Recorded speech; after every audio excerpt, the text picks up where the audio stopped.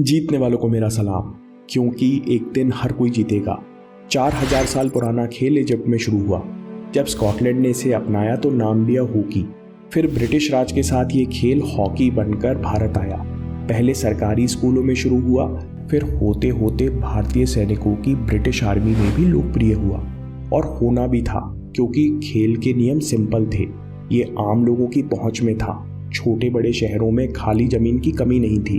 खेल के लिए आपको एक गेंद चाहिए थी और लोग घुमावदार लकड़ियों से भी हॉकी स्टिक बना लेते थे। हॉकी 18वीं सदी से ही भारत में जगह पकड़ने लगा। इंटरनेशनल हॉकी फेडरेशन बनने के 70 साल पहले 1855 में कलकत्ता में पहला हॉकी क्लब खोला गया। फिर नेशनल लेवल पर टूर्नामेंट्स होने लगे। 1895 में बाइटन कप और 1903 में आगा खान टूर्नामेंट की शुरुआत हुई। पूरे देश में और भी लोकल लेवल पर प्रतियोगिताएं होने लगी। क्योंकि हमने इस खेल को बहुत जल्दी अपना लिया था, इसलिए हम हॉकी में एक्सपर्ट्स थे। जब पहली बार इंडियन टीम न्यूजीलैंड दौरे पर गई, तब 21 में से 18 मैच जीती। इस टीम में कप्तान ब्रिटिश आर्मी के ब्रिटिश कैप्टन थे। कहने को टीम अभी भी ब्रिटेन की इंडियन आर्मी की टीम थी, लेकिन उस समय गुलामी से दबे देश के लोग अपने खिलाड़ियों पर कितना गर्व महसूस करते होंगे। भारतीय हॉकी टीम ने पहले दिन से ओलंपिक में डोमिनेट करना शुरू किया। लगातार 3 बार गोल्ड जीतने के बाद 1948 में जब आज़ाद भारत ने अपने कॉलोनियल इंपीरियलिस्ट साम्राज्यवादी शासक को उसी की राजधानी लंदन में उसी के लोगों के सामने हराया होगा, तो उस रोमांच और जोश की हम कल्पना भी नहीं कर सकते। संसारपुर 4500 की आबादी वाला छोटा सा गांव है। इस छोटे से गांव ने अब तक 9 हॉकी ओलंपियंस पैदा किए और सबने देश के लिए ओलंपिक मेडल्स जीते। गांव के हॉकी एसोसिएशन के मैदान में बच्चे ओलंपियंस और इंटरनेशनल प्लेयर्स की प्रैक्टिस देखते, सीखते और उनके बारे में कहानियां कहते बड़े हुए। मतलब भारत में हॉकी का स्ट्रक्चर मौजूद था, तो टैलेंट के उभरने में कभी कमी नहीं हुई। मेजर ध्यानचंद साहब और कुछ प्लेयर्स के रिटायर होने के बाद बलबीर सिंह की कप्तानी में इंडिया ने फिर अगले 3 गोल्ड जीते। मेडल्स का सिलसिला चलता रहा। 1972 तक हमने 7 गोल्ड, 1 सिल्वर और 1 ब्रॉन्ज जीत लिए थे। बाकी देशों में अब हॉकी लोकप्रियता पकड़ रहा था और गेम की स्ट्रेटजीज बदलने लगी थी। इंडिया की स्किल्स जैसे ड्रिबलिंग और पासिंग में महारत थी, तो यूरोपियन देश ने हिट और थ्रस्ट स्टाइल हॉकी खेलना शुरू कर दी। साथ में ऐसी घटनाएं हुई जिससे इंडियन हॉकी फेडरेशन में मिसमैनेजमेंट और आंतरिक फूट की दरारें दिखने लगीं। और फिर आया एस्ट्रोटर्फ। एस्ट्रोटर्फ का प्रभाव समझने के लिए हमें इसका इतिहास और कूटनीति समझनी होगी। कोरियन वॉर के बाद पेंटागन अमेरिका ने दर्जनों रिसर्च स्टडीज करवाई। एक स्टडी में पाया गया कि जो सैनिक ग्रामीण इलाकों से आए थे वे ज़्यादा मजबूत और ताकतवर थे। निष्कर्ष निकाला गया कि शहर की कंक्रीट के मुकाबले गांव के घास के मैदानों में खेलकूद करने का ज़्यादा मौका मिलता है, तो युवक बचपन से ही ताकतवर बनते हैं। पेंटागन ने कहा कि चुने हुए शहरों के स्टेडियम में जल्दी से जल्दी घास लगाओ।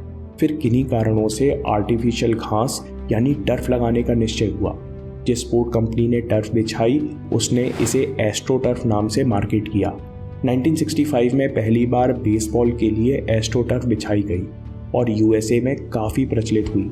इस कंपनी का फोकस अमेरिकन मार्केट और स्पोर्ट्स पर था। हॉकी में क्या होता है इसको पता भी नहीं था।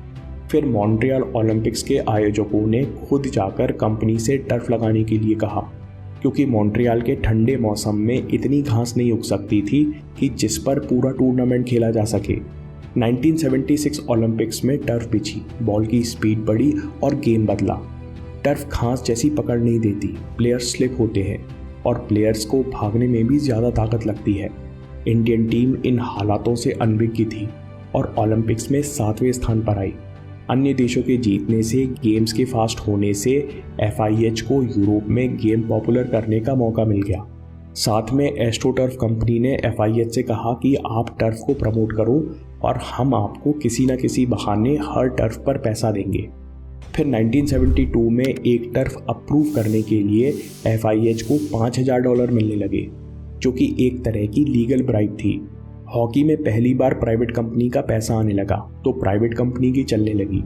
इंडियन और अन्य देशों ने आरोप भी लगाए कि टर्फ प्रमोट करने के लिए मैच फिक्स हो रहे हैं, लेकिन FIH अब कंपनी की जेब में था और कुछ ही सालों में इंटरनेशनल मैचेस के लिए एस्ट्रो टर्फ अनिवार्य कर दिए गए। उस समय इंडियन हॉकी फेडरेशन ने इसका विरोध नहीं किया क्योंकि इंटरनल पॉलिटिक्स के चक्कर में कभी एक सहमति नहीं बन पाई और ना ही समय रहते टर्फ को अपनाया गया। देश में हॉकी एक्सपर्ट्स मानते थे कि टर्फ पर प्लेयर्स को ज़्यादा इंजरीज होती हैं, इसलिए फुटबॉल में कभी टर्फ का प्रयोग नहीं होता। हम चाहते तो टर्फ की टेक्नोलॉजी खुद ही विकसित कर सकते थे क्योंकि टर्फ में कोई रॉकेट साइंस नहीं होती। सबसे ऊपर टर्फ यानी प्लास्टिक या पॉलीमर की घास की कारपेट बिछी होती है। इसके नीचे रेत या रबड़ के छोटे छोटे दानों का बेस होता है जिसमें आर्टिफिशियल घास फंसकर सीधी खड़ी रहती है। इसके नीचे कुछ और लेयर्स होती हैं जो ड्रेनेज, पैडिंग और स्टेबिलिटी का काम करती हैं। खाली मैदान किराए पर लेकर टूर्नामेंट ऑर्गेनाइज करना खर्चे वाली बात नहीं है। हॉकी आम लोगों की पहुंच वाला खेल था। एस्ट्रोटर्फ के आने से केवल खेल की गति और नियम नहीं बदले, बल्कि भारत का वो लोकल स्ट्रक्चर चरमरा गया जहां से अच्छे प्लेयर्स निकल कर आते थे, क्योंकि डिस्ट्रिक्ट, स्टेट और नेशनल लेवल पर अभी भी मैच घास पर होते थे। जो चुने हुए प्लेयर्स 20 साल की उम्र में टर्फ पर खेलना शुरू करते, उनके लिए गेम की फिजिक्स पूरी तरह बदल जाती। 1980 में हम दोबारा ओलंपिक्स गोल्ड जीते। जीत का एक कारण ये भी था कि 9 टीमों ने खेल में भाग नहीं लिया, जिसमें न्यूजीलैंड, ऑस्ट्रेलिया, पाकिस्तान, इंग्लैंड और नीदरलैंड्स जैसी दिग्गज टीमें शामिल थीं। इसके बाद 1983 में भारत ने प्रूडेंशियल वर्ल्ड कप जीता। क्रिकेट की लोकप्रियता को उछाल मिला। क्रिकेट के फॉर्मेट में आप हर ओवर के बीच में 2-4 कमर्शियल्स दिखा सकते हैं। मार्केटिंग और एडवर्टाइजिंग के लिए अच्छा मौका था। लोगों का इंटरेस्ट बढ़ा तो कंपनीज ने खेल को स्पॉन्सर करना शुरू कर दिया। जैसे बोर्ड के पास पैसा गया, वैसे सरकार का ध्यान भी खेल की तरफ गया। हॉकी के लिए 1980 का ये वो दौर था जहां निराशाजनक खबरें ही सुर्खियों में रहती थी। हॉकी के गौरव और इतिहास से अनजान हम नई जनरेशन के बच्चे आश्चर्य करते थे कि ना हॉकी टीवी पर आता है, ना कोई देखता है, फिर इतना बवाल क्यों मचा रखा है। इसी बीच धनराज पिल्लई के रूप में हॉकी ने अपना सुपरस्टार पाया। 1998 में बेहतरीन खेल दिखाते हुए उन्होंने देश के लिए एशियन गेम्स में गोल्ड जीता। लेकिन इस टूर्नामेंट के बाद IHF ने धनराज पिल्लई और 5 प्रमुख खिलाड़ियों को सस्पेंड कर दिया।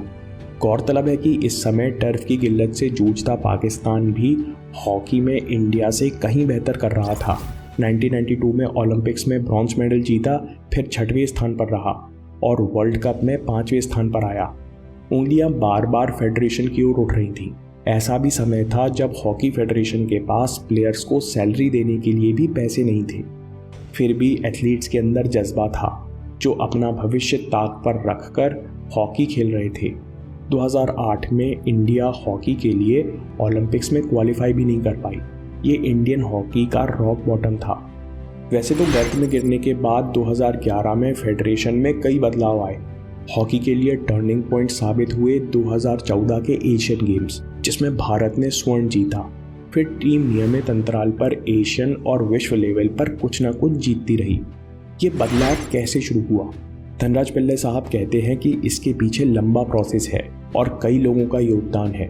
2013 में सबसे पहले इंटरनेशनल कोचेस लाए गए जिन्हें टर्फ पर जीतने का अनुभव था और इन्होंने टीम में कल्चर और वर्क एथिक बदला।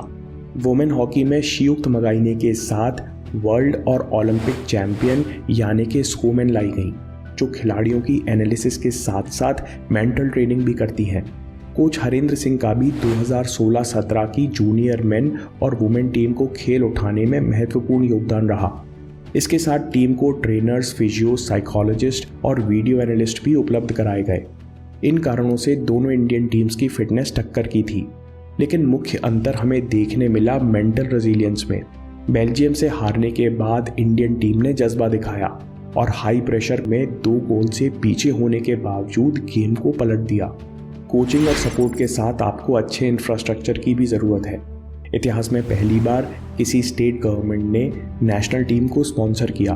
2018 में CM नवीन पटनायक के नेतृत्व में उड़ीसा सरकार ने हॉकी इंडिया के साथ 100 करोड़ का करार किया और जूनियर, सीनियर, मेन, वुमेन चारों टीम की स्पॉन्सरशिप 5 सालों के लिए ली। उड़ीसा ने पिछले 5 सालों में कई प्रमुख हॉकी टूर्नामेंट की मेज़बानी की। इसके साथ उड़ीसा में बहुत कुछ हो रहा है। 2 बड़े स्टेडियम और स्पोर्ट कॉम्प्लेक्स बन रहे हैं जिनकी लागत 356 करोड़ है। उड़ीसा में 20 स्पोर्ट हॉस्टल्स हैं। सुंदरगढ़ डिस्ट्रिक्ट में 17 टर्फ बिछाने का प्लान है। 2019 खेलो इंडिया यूनिवर्सिटी गेम्स हुए जिसमें 4000 एथलीट्स ने भाग लिया। उड़ीसा ने ये सब क्यों किया? सीएम नवीन पटनायक कहते हैं कि आज भी उड़ीसा के ट्राइबल इलाकों में बच्चे हॉकी स्टिक्स के साथ चलना सीखते हैं। उड़ीसा ने हमेशा अच्छे प्लेयर्स पैदा किए हैं। इसके साथ हम ये भी कह सकते हैं कि लगातार 21 साल से काम कर रहे सीएम स्पोर्ट्स के द्वारा इतिहास पर अपनी छाप छोड़ना चाहते हैं और साथ में उड़ीसा की छवि भी बदलना चाहते हैं। ये तो पक्का है कि बड़े इन्वेस्टमेंट से हॉकी और स्पोर्ट्स को बहुत लाभ होगा। फिर भी उड़ीसा की सरकार एक्सेप्शन टू द रूल है क्योंकि हर विकासशील देश और राज्य के पास सीमित बजट और खर्चा ज़्यादा होता है। इसलिए हमें ये भी देखना होगा कि उड़ीसा राज्य की इकॉनमी, हेल्थ, एजुकेशन और एम्प्लॉयमेंट पर इन इन्वेस्टमेंट का कितना असर पड़ता है और कैसे हर राज्य चुने हुए खेलों को बढ़ावा दे सकता है। अगर इस टॉपिक पर मुझे कोई डिटेल्ड रिसर्च मिलेगी तो मैं आपके सामने ज़रूर प्रस्तुत करूँगा। दोस्तों, इस बात को समझना ज़रूरी है कि विकासशील देशों में वही स्पोर्ट्स आगे बढ़ते हैं जिनका लोग सपोर्ट करते हैं। अगर लोगों को इंटरेस्ट नहीं है तो कोई भी प्राइवेट कंपनी खेल में पैसा नहीं लगाती, ना ही लीग सफल हो पाती और सरकार का योगदान भी सीमित रहता है। अगर आप हॉकी को आगे बढ़ते हुए देखना चाहते हैं तो जब भी मौका मिले खेल को सपोर्ट कीजिए, इसके बारे में जानिए और चर्चा करते रहिए।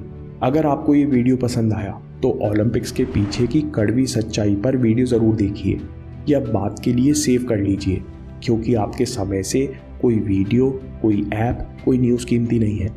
मैं काम के किस्से लाता रहूँगा। हिम्मत, हरकत, होशियारी, हम जीतेंगे।